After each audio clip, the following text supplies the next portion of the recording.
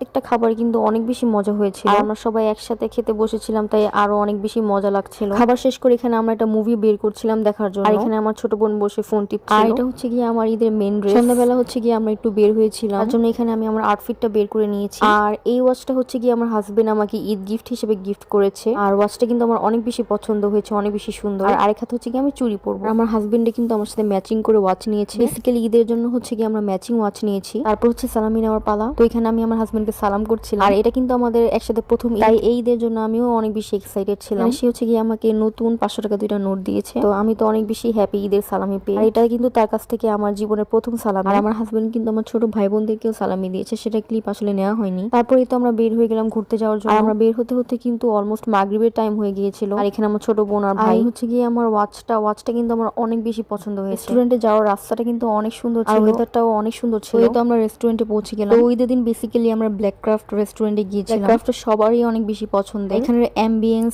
আমার অনেক বেশি পছন্দ, মানে একদম ডার্ক ভাইবের। রাতের বেলা আসলে এই রেস্টুরেন্টের অ্যাম্বিয়েন্সটা অনেক বেশি সুন্দর থাকে। তো আমরা এখানে ভিতরে যাচ্ছিলাম। রেস্টুরেন্টে ঢোকার জন্য বেসিক্যালি টিকিট কিনতে হয়, কারণ অনেকেই কোনো কারণ ছাড়া রেস্টুরেন্টের ভিতরে ঢুকে ছবি তুলে কোনো খাবার অর্ডার করে না। তাই রেস্টুরেন্টের পক্ষ থেকে এখানে টিকিটের ব্যবস্থা করা হয়েছে, যাতে কোনো আননেসেসারি পাবলিক ভিতরে না ঢুকে। সত্যি বলতে রেস্টুরেন্ট আমার অনেক বেশি পছন্দ হয়েছে। কিন্তু ঈদের দিন এত পরিমাণে ভিড় ছিল, অনেক বেশি মানুষ ছিল। এই যে মানুষের অবস্থা, অনেক বেশি মানুষ, অনেক বেশি ভিড়। যাই হোক, ঈদের দিন আসলে সবাই একটা ভালো সময় কাটাতে ফ্যামিলি নিয়ে বের হয়, এটা কোনো বড় কথা না। আসলে অনেক মানুষের ভিড়ে ভালোই লাগছিল।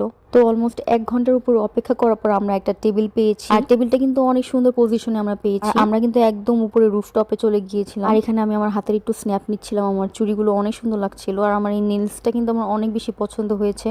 কিন্তু আসলে রেস্টুরেন্টে গিয়ে আমাদের একটু ব্যাড এক্সপিরিয়েন্স হয়েছে। সেখানকার একজন ওয়েটার আমাদের বলছিল যে তার কথা ছাড়া আমরা কোনো টেবিলে বসতে পারবো না, যাকে বলবে সেই নাকি টেবিলে বসতে পারবে। আর তাদের মেনুতেও অনেক বেশি খাবার অ্যাভেলেবেল ছিল না, আচারি চিকেনটা অ্যাভেলেবেল ছিল। আর ওই স্টাফটাও কিন্তু অনেক বেশি রুড বিহেভ করেছিল সবার সাথে, শুধুমাত্র আমাদের সাথে না, সেখানে থাকা অনেক মানুষের সাথে সে অনেক খারাপ ব্যবহার করেছে। আর খাবার অর্ডার করার 1 ঘন্টারও পরে আমাদের খাবার নিয়ে এসেছে। তো সব মিলিয়ে ঈদের দিনের রেস্টুরেন্টের এক্সপিরিয়েন্সটা অনেক বেশি ভালো ছিল না। তারপরেও আমরা একটা ভালো সময় কাটিয়েছিলাম, তো আমরা সবাই একসাথে বের হয়েছিলাম। এখানে আমি আমার ব্যাগটা দেখাচ্ছিলাম। আসলে রেস্টুরেন্টের অ্যাম্বিয়েন্সের সাথে আমার ব্যাগটা কিন্তু ভালোই লাগছিল। তো 1 ঘন্টার উপরে ওয়েট করার পর এখানে আমাদের খাবার এসে পড়েছে। তো আমরা 3টা আচারি চিকেন অর্ডার করেছিলাম এবং সাথে 8টা পরোটা অর্ডার করেছিলাম। আর এখানে আমার ছোট ভাই খাবার দেখে একদম খুশি হয়ে গিয়েছে। ও বলছিল যে একটা ও নিজেই খেয়ে ফেলবে, ওর নাকি এত বেশি ক্ষুধা লেগেছে। দেখেন জাস্ট ওর রিঅ্যাকশন খাবার দেখার পরে, খুশিতে একদম আত্মহারা হয়ে গেছে ছেলেটা। যাই হোক, তো এত নেগেটিভিটির মাঝখানে তাদের খাবার কিন্তু মজাই ছিল। আচারি চিকেনটার টেস্ট মোটামুটি ভালোই ছিল, পরোটাটা আর একটু বেটার হতে পারে। এই যে আমার ছোট ভাই